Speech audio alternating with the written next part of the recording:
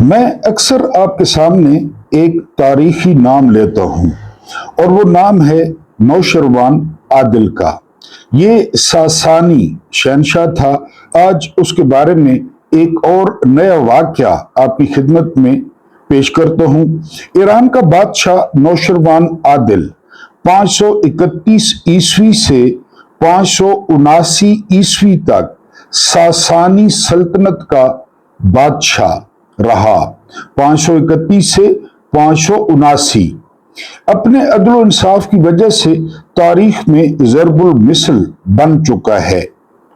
اس کے انصاف کی وجہ سے بہت سارے ہمسایہ ممالک ایران کی پناہ میں آ گئے اور اپنی مرضی سے ایران میں شامل ہو گئے، کیونکہ تلوار اتنی تیز نہیں تھی جتنا نوشروان عادل کا انصاف تیز تھا۔ اس طرح کرتے کرتے ایک بہت بڑی ساسانی سلطنت بن گئی۔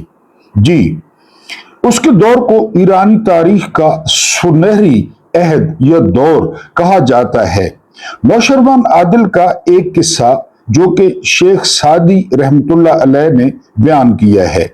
ایک بار نوشروان عادل شکار پر گیا۔ شاہی باورچیوں نے ہرن کے گوشت کے کباب بنائے، مگر عین موقع پر پتہ چلا کہ نمک ختم ہو گیا ہے۔ ایک غلام کو قریبی گاؤں سے نمک لانے کا حکم ہوا۔ نوشروان عادل نے تاکید کی کہ نمک کی پوری قیمت دے کر خریدا جائے۔ غلام نے کہا کہ ایک ذرا سا نمک مفت لے لیتے ہیں تو کیا فرق پڑے گا؟ آپ بھی تو شہنشاہ ہیں، آپ ان کے کام کرتے ہیں۔ نوشروان عادل نے فرمایا، اگر آج حکمران ذرا سا نمک مفت لے لے تو کل اس کے ماتحت، اس کے ملازم، اس کے جرنیل، اس کی فوج پورا گاؤں اجاڑ دیں گے۔ برائی چھوٹی شروع ہوتی ہے مگر بڑھ کر تباہی کا باعث بن جاتی ہے۔ پاکستانی نمک حراموں نے، حکمرانوں نے لگتا ہے نوشروان عادل کے قصے نہیں پڑے، اس لیے انہوں نے پورا گاؤں اجاڑ دیا۔ یہ کریڈٹ جاتا ہے جنرل ضیاء الحق کو۔ آپ پہلے ہسٹری پڑھیں نا، ذرا غور کریں آپ لوگ۔ آپ جو ہے وہ 47 سے شروع کریں، ساری چیزیں اپنی جگہ، سازشیں اپنی جگہ، حکومتوں کا آنا جانا اپنی جگہ، اور جو ہے نا وہ عدم استحکام اپنی جگہ، لیکن آپ کو بڑے مالیاتی سکینڈل نہیں ملیں گے۔ یہ آپ غور سے اب جب کوئی تاریخی کتاب پڑھے نا، اس کو ذہن میں رکھیں، مالیاتی سکینڈل آپ کو نہیں ملیں گے کہ کسی نے جی وہ جائیدادیں یا کسی نے اربوں خربوں۔ یہ جو ہے نا وہ کلچر، یہ 1985 میں یہ جنرل ضیاء نے شروع کیا، اور خاص کر جو ان دو خاندانوں کو سیاست میں پاکستان کے اوپر لا بٹھایا، انہوں نے پاکستان کا ٹوٹل سیاسی فیبرک تباہ کر دیا۔ انہوں نے صحافیوں کو خریدا، انہوں نے سیاستدانوں کو خریدا، انہوں نے بے نظیر بھٹو کے عدم اعتماد کے لیے اسامہ بن لادن سے پیسے لے لیے، کئی گواہیاں موجود ہیں اس پہ۔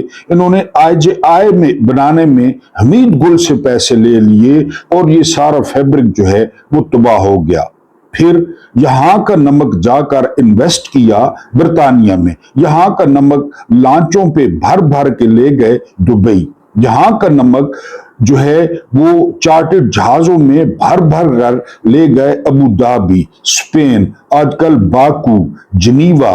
یہ نمک حرام، چاہے وہ جرنیل ہیں چاہے وہ سیاستدان ہیں، اور خاص کر یہ دو خاندان، انہوں نے پورے کا پورا جو ہے وہ گاؤں اجاڑ کے رکھ دیا۔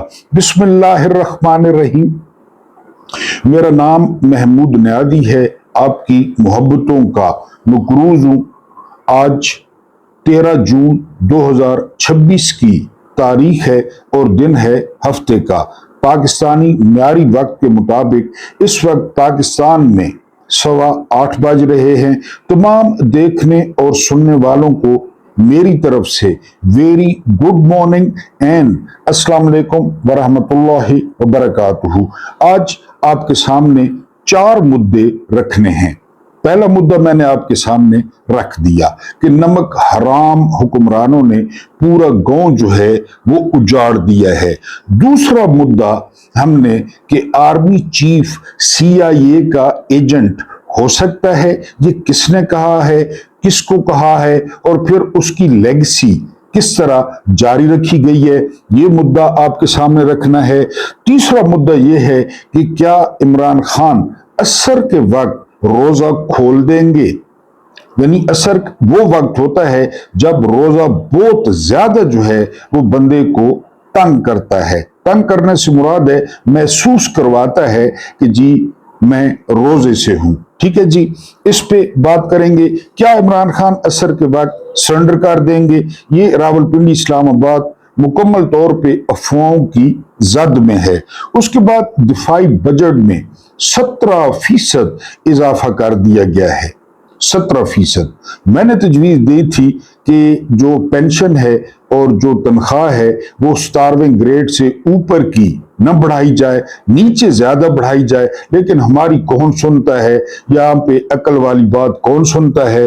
دفاعی بجٹ میں 17% اضافہ کیا گیا ہے، لیکن آپ یہ یقین رکھیں کہ اب 2026 میں جو مقبوضہ کشمیر ہے وہ آزاد ہوگا اور پانی بھی آپ کا اسی سال کھلے گا۔ ہمارے ایک بزرگ تھے گاؤں میں، تو انہوں نے ایک دن اپنے دوستوں کو چیلنج کر دیا کہ وہ گندم کی بوری زمین سے اکیلے اٹھائیں گے اور اس کو گدھے پر وہ اس پر لا دیں گے۔ بہرحال بندے کمزور تھے لیکن جیدار تھے، بوری تو انہوں نے اٹھا لی، بوری انہوں نے زمین سے اٹھا لی، لیکن گدھے تک پہنچتے پہنچتے جتنی توانائی تھی وہ صرف ہو گئی۔ بہرحال وہ رکھنے کی کوشش میں بوری گر گئی نیچے، وہ نہیں رکھ سکے۔ دوسری دفعہ انہوں نے کوشش کی، بوری اٹھائی، گدھے تک لے کر گئے، جتنا پہلا فاصلہ تھا اس سے بھی کم لے کے گئے اور بوری گر گئی۔ بہرحال جب انہوں نے تیسری کوشش کی اور بوری نہ رکھی جا سکی تو انہوں نے دوستوں کی طرف دے کر کہا کہ یار کھوتا خراب ہے، یہ جڑا کھوتا ہے نا یہ خراب ہے، میں تو تساں تکو بوری لے کے جانا لیکن کھوتا خراب ہے۔ اب اگر 17%، ہم تو کہتے ہیں 100% بجٹ بڑھا دیں، یہ کوئی ڈیٹ دے دیں، کشمیر کی ڈیٹ دے دیں اور پانی کی ڈیٹ دے دیں، 100% بجٹ بڑھا دیں، ہم تو مخالف نہیں ہیں، ہم تو مخالف نہیں ہیں۔ اسرائیل کو ذرا ذائقہ چکھلائیں میزائلوں کا، غزہ پہ سٹینڈ لے لیں، ایران پہ سٹینڈ لے لیں، ہمیں کوئی، ہم تو پہلے ہی بھوکے مرنے پیا، گاؤں تو اجاڑ دیا انہوں نے۔ بہرحال ایک جو وضاحت ہے نا وہ وضاحت یہ ہے، میں نے ایک دن آپ کو کہا تھا کہ میرا بھرم قائم رہنے دے، لیکن آپ بضد ہیں کہ میرا بھرم قائم نہ ہو۔ لانگ ویڈیوز، شارٹ ویڈیوز،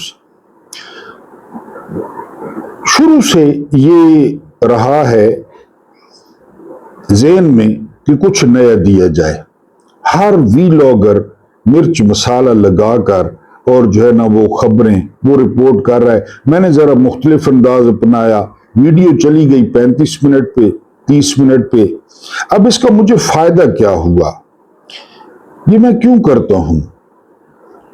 میں معذور ہوں آنکھوں سے، 55 سال میری عمر ہو گئی ہے اور میں کوئی اور کام نہیں کر سکتا۔ 35-36 منٹ کی جو ویڈیو بنتی نا وہ آپ لوگ دیکھتے 15 منٹ 16 منٹ، ٹھیک ہو گیا، اس پہ میری مزدوری بن جاتی، مزدوری۔ اب ویڈیو آ گئی ہے 20 منٹ کی، آپ لوگوں نے، ایک بندے نے تو بد دعائیں بھی دی، بہت زیادہ بد دعائیں دی، بہت زیادہ بد دعائیں دی لانگ ویڈیو پہ۔ اب 20 منٹ کی ویڈیو دیکھی جاتی ہے 9 منٹ اور 10 منٹ، اور میری مزدوری کولیپس کر گئی۔ اب فیصلہ آپ کے ہاتھ میں ہے کہ مزدوری جو ہے نا وہ بچانی ہے۔ میں نے کہا تھا میرا بھرم قائم رہنے دیں، میرے سفید بالوں کو دیکھ لیں، لیکن آپ نے بد دعائیں دینا شروع کر دی۔ بہرحال ٹھیک ہے، میں نے اپنا یہ بھرم بھی توڑ دیا۔ اور اب کیا ہوا؟ اب یہ ہوا کہ حکومت جو ہے وہ ٹیکس لگانے جا رہی ہے جو ہے نا وہ ہم پہ، یہ جتنے بھی کنٹینٹ کریٹرز ہیں ان پہ اب ٹیکس لگے گا، ود ہولڈنگ ٹیکس لگے گا۔ یہ آپ کو بتانا تھا۔ آپ لوگ بہت تنقید کرتے ہیں، آپ لوگ بہت بد دعائیں دیتے ہیں، لیکن اب یہ ٹیکس ود ہولڈنگ ٹیکس پڑھ لیں۔ ود ہولڈنگ ٹیکس جو ہے نا وہ کنٹینٹ کریٹر پر وہ لگے گا۔ کتنا لگے گا اس کا اعلان ابھی نہیں ہوا۔ ٹھیک ہو گیا جی۔ اس کے بعد یہ تھوڑی سی بجٹ کی جو ہے نا وہ میں آپ کے سامنے جھلکیاں پیش کر رہا ہوں۔ کاکوں کا راستہ اور کاکیوں کا راستہ ہم نے روکنا ہے، یہ انٹرنیشنل ایجنڈا بھی ہے، لیکن کسی حد تک ٹھیک ہے۔ بجائے 8 بچے ہونے کے اور ان کو پیدا کر کے گلیوں میں چھوڑ دینے کے، اگر 2-3 ستھرے سے بچے ہوں، میری ذاتی رائے ہے، آپ اختلاف کر سکتے ہیں، لیکن حکومت نے یہ کیا ہے کہ جتنی بھی حمل کو روکنے والی ادویات اور آلات ہیں ان پر انہوں نے سیلز ٹیکس ختم کر دیا ہے کہ کاکے جو ہے وہ کم سے کم اس دنیا میں آئیں۔ ٹھیک ہے، یہ ایک جھلکی ہے۔ دوسری جو حکومت نے حاتم طائی کے قبر پہ لات ماری ہے وہ یہ کہ خواتین کے جو سینیٹری پیڈز ہیں ان پر بھی سیلز ٹیکس حکومت نے ختم کر دیا ہے۔ یہ بھی بہت بڑی اچیومنٹ ہے۔ اس کے بعد حکومت نے کہا ہے 8,500 اور 34 روپے کمانے والے وہ امیر لوگ ہیں، وہ غریب نہیں ہیں۔ یہ ہوتا ہے نقصان جب آپ اپنے نمائندے ان کو بنا کر بھیجتے ہیں، یعنی میں بھی شامل ہوں ان کو، کہ وہاں پہ اورنگزیب آری صاحب اب جو ہے نا وزیر خزانہ ہیں، وہ ہالینڈ کے نیشنل ہیں۔ ٹھیک ہے جی، ہالینڈ میں رہ کر آئے ہیں، یورپ کا امیر ترین ملک ہے، پھولوں کا کاروبار کرتا ہے ہالینڈ، دودھ دہی کا کاروبار کرتا ہے اور بڑا امیر ہے۔ وہاں سے آری صاحب آئے ہیں، وہاں پہ ان کی پینشن وغیرہ ہوگی۔ تو اب آری صاحب نے تو یہی کہنا تھا، پھر ان کو جو لائے جرنیل، ان کی جو ٹی بریک ہے، ٹی بریک 1-2 میں مجھے شرکت کا اتفاق ہوا ہے، تو وہ ٹی بریک 1 گھنٹے کی 1.5 گھنٹے کی وہ تقریباً 30-35 ہزار کی ہوتی ہے، لیکن 8,500 روپیہ کمانے والا منتھلی وہ پاکستان میں غریب نہیں ہے۔ پھر یہ ہوتا ہے جب آپ اس طرح کے کام کرتے ہیں۔ بہرحال یہ جو ہے نا ایک اور 7% پیٹرول کی قیمت میں اضافہ ہوتا ہے 85 روپے، پیٹرول کی قیمت میں اضافہ ہوتا ہے 50 روپے۔ ٹھیک ہے جی، اور تنخواہوں میں اضافہ ہوا ہے 7%۔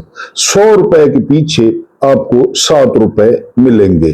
اور بجٹ تو پاکستان میں ہر ہفتے ہوتا ہے، یعنی ایران، امریکہ، یعنی کوئی بھی جو ہے نا وہ اگر آج شمالی کوریا کسی پہ حملہ کر دے، ادھر آپ کو پتا پیٹرول مہنگا ہو جائے گا، چیزیں مہنگی ہو جائیں گی کہ جنگ لگی ہوئی ہے۔ ایران نے خود تیل مہنگا نہیں کیا، ہم نے مہنگا کیا ہوا ہے، انڈیا نے، بنگلہ دیش نے کیا ہے، برائے نام مہنگا کیا ہے۔ بہرحال انہوں نے دیکھ ہمارے ساتھ کیا کر دیا ہے، 7% آپ کی پینشن بڑھی ہے اور 7% آپ کی تنخواہ بڑھی ہے، 10 پہ بھی ان کو جانے کی توفیق جو ہے وہ نہیں ہوئی۔ بہرحال بجٹ سے پہلے زرداری کے لونڈے نے جو ہے وہ ڈرامہ کیا کہ گلگت بلتستان میں جو ہے نا وہ ہماری سیٹیں چرائی جا رہی ہیں۔ وہ تو ہوگا، ظاہر ہے۔ ایک دفعہ جو ہے نا وہ میں نے آپ کو ایک لطیفہ سنایا تھا کہ ایک بندہ دھاڑے مار کر رو رہا تھا، تو ایک اور بندے نے آ کر پوچھا کہ کیا ہوا ہے، تو وہ شخص کہتا ہے کہ میری ٹانگوں کے درمیان سے گیدڑ گزر گیا ہے۔ گیدڑ، تو انہوں نے کہا یار گیدڑ نے گزرنا تھا گزر گیا، اب کیوں دھاڑے مار کے رو رہے ہو؟ تو وہ کہہ رہا ہے میں اس لیے رو رہا ہوں کہ وہ راستہ نہ بنا لے یہاں سے، میری ٹانگوں کے درمیان سے۔ اب تو انہوں نے راستہ بنا لیا ہے، فارم 47 آپ نے موقع دیا ہے، آپ ان کے بیٹ مین بن گئے، اب روئیں پٹیں چیخیں، ان کو تو بہترین طریقہ ہاتھ آ گیا فارم 47، یعنی اتنا سارا گلگت بلتستان اور رزلٹ کا اعلان ہوگا پتہ نہیں 15 کو کہ 16 کو، بالکل تسلی سے۔ بلیک میلنگ، آئینی ترمیم، نون لیگ سے کچھ لینا، وہ سارا کچھ کر کے نون لیگ نے 1 سیٹ جیتی ہے، وہ دن گزرتے جا رہے ہیں، اب وہ 6 سیٹوں میں پہنچ گئے ہیں۔ ادھر پیپلز پارٹی کے ساتھ بات کرتے ہیں وہ ایک سیٹ اوپر چلی جاتی ہے، ایک سیٹ نیچے چلی جاتی ہے۔ دنیا میں دیکھا ہے کہیں پہ کہ یہ ہو رہا ہے؟ لیکن نمک حرام حکمران ہے۔ بہرحال وہ کل بجٹ سے پہلے رس گیا، یعنی رس گیا زرداری کا لونڈا۔ پھر جو ہے نا 2 ٹافیاں لے کر گئے، سنا بٹر سکوچ تھی، 2 ٹافیاں لے کر گئے، وہ 2 ٹافیاں دی محسن نقوی نے اور اسحاق ڈار نے، اور وہ ناچتا ہوا اور وہ جو ہے نا ہنستا ہوا دوبارہ ایوان میں آ گیا۔ کون سی ان کی دشمنیاں، کون سی ان کی دوستیاں، کون سا، کیونکہ مشترکہ جو منزل ہے وہ ہے لوٹ مار، اور پھر بے نظیر جو انکم سپورٹ ہے اس میں بہت بڑا اضافہ کیا گیا ہے، بہت بڑا، لہذا وہ خوش ہو گئے۔ کیونکہ یہ جو ہے نا آپ کو یاد ہوگا کہ ثانیہ نشتر نے لاکھوں بندے نکالے تھے اور پکڑے تھے جو پیسے لے رہے تھے، اور لوگ لے رہے ہیں۔ گاڈ از ڈیڈ، خدا کا تو وجود ہی نہیں ہے نا۔ نیچے نے کہا تھا کدھر ہے خدا؟ اور وہ ایک شاعر نے کہا تھا کہ کیا ہے جنت؟ 1 نہر، 2 ندیاں، 3 درخت، اور کیا ہے؟ یہ شاعر نے کہا تھا ایک نے۔ تو گاڈ از ڈیڈ، ہر کوئی بے نظیر ان کا۔ میں کہتا ہوں شاید غداری بھی لے رہا ہو، اس کی بہن بھی لے رہی ہو، یعنی وہ جو ہے نا سارے لے رہے ہوں گے، اس میں اضافہ کر دیا ہے تو یہ خوش ہو گئے کہ بڑا جو ہے نا۔ بہرحال ہم بات کر رہے تھے دفاعی بجٹ کی۔ دفاعی بجٹ میں 17% جو ہے وہ اضافہ کر دیا گیا۔ 17% بہت بڑا اضافہ ہے، کیونکہ جو ترقیاتی منصوبے تھے، ترقیاتی پروگرام تھا، وہ پاکستان میں مکمل طور پہ ختم کر دیا گیا ہے۔ پاکستان میں کون سی ترقی ہو رہی تھی، پاکستان میں کون سی ترقی ہو رہی ہے، کسی سرکاری ہسپتال میں چلے جائیں، کسی سرکاری اسکول میں چلے جائیں، کسی سرکاری دفتر میں چلے جائیں، آپ کو پتہ چل جائے گا کتنی ترقی ہو رہی ہے۔ بہرحال وہ جو نام نہاد تھی وہ بھی ختم ہو گئی ہے، اس کے لیے فنڈ آدھا کر دیا گیا ہے، وہ بھی آپ کو پتہ ہے، MNAs, MPAs. تو دفاعی بجٹ اب یعنی 17%۔ اب ہمیں پوری امید ہے کہ جس نام پہ یہ اتنی بڑی فوج کھڑی کی گئی، جس نام پہ اتنا بڑا ایٹمی اور میزائل پروگرام جو ہے نا وہ شروع کیا گیا، تو اب مقبوضہ کشمیر جو ہے وہ آزاد ہوگا۔ اب فوج نے قسم اٹھا لی ہے کہ اب 17% ہمارے بجٹ میں اضافہ کریں گے تو 2026 میں کشمیر ہم آپ کو آزاد کر کے دیں گے۔ اب بالکل بے فکر ہو جائیں۔ 2026 میں جنرل عاصم منیر نے سنا ہے کہ اس اضافے کے بعد سر پہ کفن باندھ لیا ہے۔ کور کمانڈرز نے جو ہے نا وہ حاجیوں کو آرڈر کیا ہے کہ جب وہ آئیں تو آب زمزم سے ہمارے کفن دھو کر لائیں، کیونکہ عقیدت ہوتی ہے بہت سارے پاکستانی کفن جو ہے وہ آب زمزم سے دھو کر اپنا لے آتے ہیں۔ اچھی بات ہے، اعمال تو خیر حساب تو دینا ہوگا، لیکن پھر بھی اچھی بات ہے، عقیدت ہے۔ تو کور کمانڈروں نے آرڈر دیا ہے، یہ مجھے وچلے ذرائع نے بتایا ہے کہ سارے کور کمانڈروں نے کہا ہے کہ جی ہمارے کفن وہ آب زمزم سے دھو کر لے آئیں، کیونکہ 2026 میں ہم نے کشمیر آزاد کروانا ہے۔ انہوں نے سروں پہ کفن باندھ لیے ہیں۔ اور دوسری خوشخبری انہوں نے یہ سنائی ہے کہ اسی سال جو ناجائز ڈیم بنے ہیں، 1 ہے، 2 ہے، 4 ہے، 6 ہیں، ان کو ہوا میں اڑا دیا جائے گا، ان کو خزاں کے پتوں کی طرح اڑا دیا جائے گا، اور انڈیا کے منہ پر ہم دے کے ماریں گے وہ سارے ڈیم، اور پاکستان کے دریا وہ لبالب بھر جائیں گے۔ چناب ہے، ستلج ہے، سندھ ہے، جہلم ہے، یہاں کنارے پہ آپ لوگوں نے سیلفیاں بنانی ہیں، آپ لوگوں نے انجوائے کرنا ہے، کیونکہ دریا کے کنارے بہت مزہ آتا ہے۔ دریا سندھ میرے گھر کے قریب ہے، میں وہاں جاتا ہوں، بہت انجوائے کرتا ہوں۔ تو اب جن جن کے گھر ان دریاؤں کے قریب ہیں وہ خوش ہو جائیں کہ 2026 میں کشمیر بھی آزاد ہوگا۔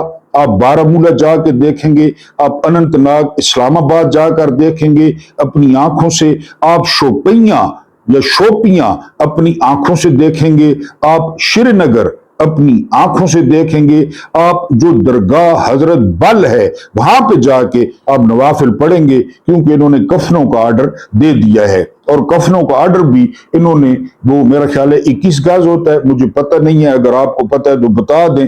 انہوں نے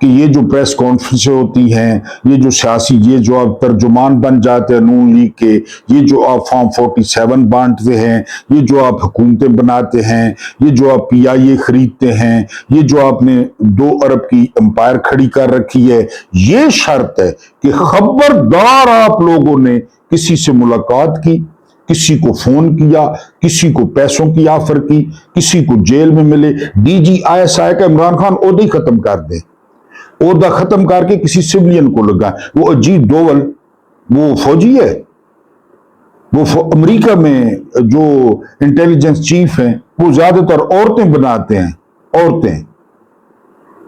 یہ میں کہتا ہوں ان کو ختم کریں گے، نہ سنو، یعنی وہ اس کا کوئی بیسک اصلاحات کریں، کاکول کا سلیبس چینج کروائیں، کاکول والوں کو اسلامیات پڑھوائیں، کاکول والوں کو قرآن پڑھوائیں، کاکول والوں کو سیرت النبی صلی اللہ علیہ وآلہ وسلم ان کے سلیبس میں شامل کریں، کاکول والوں کو ہاتھ سے کھانا کھلانا سکھائیں کہ ہاتھ سے کس طرح کھانا کھاتے ہیں، یہ چیزیں سکھائیں تب عمران خان، ورنہ عمران خان جو ہے وہ 74 بہاریں دیکھ چکے ہیں، وہ اثر کے بعد وہی پھر کوئی پرانا این آر او، کوئی پرانی ڈیل کہ آپ یہ کر لیں اور وہ کر لیں، شبو پالشی کو بھگاتے ہیں، آپ کو لاتے ہیں، ایک کالج ارکان کو نواب شاہ بھیجتے ہیں اور آپ آ جائیں۔ پہلے بھی عمران خان نے پہاڑ جیسی غلطی کی باجوہ کو ایکسٹینشن دے کر، اور باجوہ اور فیض حمید کے ساتھ جو ہے نا اتنی انڈرسٹینڈنگ پیدا کر کے، ان کو تو وزیر اعظم ملے ہی نہ سرکاری ملازموں کو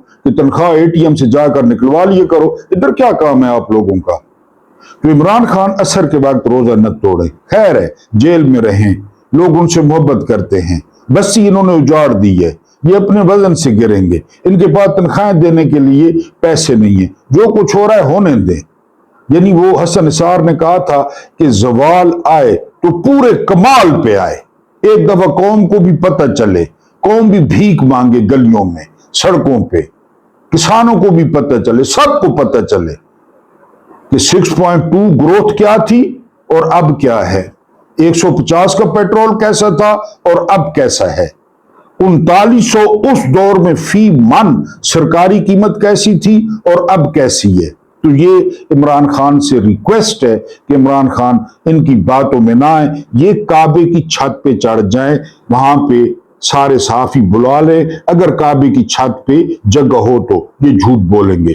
ولید بن عبد الملک کے بارے میں کہا جاتا ہے کہ وہ کعبے کی چھت پہ بیٹھ کے نا محفل سجاتا تھا مشروب مغرب کی، یعنی وہاں پہ محفل ہوتی تھی، کعبے کی چھت پہ ہوا لگتی تھی، یہ ولید بن عبد الملک کے بارے میں کہا جاتا ہے۔ یہ کعبے کی چھت پہ چڑھ جائے جھوٹ بولیں گے، یہ کعبے کی چھت پہ چڑھ جائے دھوکہ دیں گے، یہ کعبے کی چھت پہ چڑھ جائیں ان کی بات پہ اعتبار نہ کریں، یہ بالکل ڈسیور ہے۔ پاکستان ٹوٹنے سے پہلے سب کچھ اچھا تھا مشرقی پاکستان میں، یہ 97% مقبول تھے، پھر بعد میں کیا ہوا؟ حفیظ اللہ نیادی نے ممتاز جامی کو کہا ہے یوٹیوب پہ، آپ سن سکتے ہیں، کہ جو جنرل باجوہ ہے وہ سی آئی اے کا ایجنٹ تھا، کوئی تردید نہیں آئی، کوئی بھی تردید نہیں آئی، نہ D G I S P R نے تردید کی، نہ فوج نے تردید کی، اور اس کے عمل بتاتے تھے کہ وہ سی آئی اے کا ایجنٹ ہے۔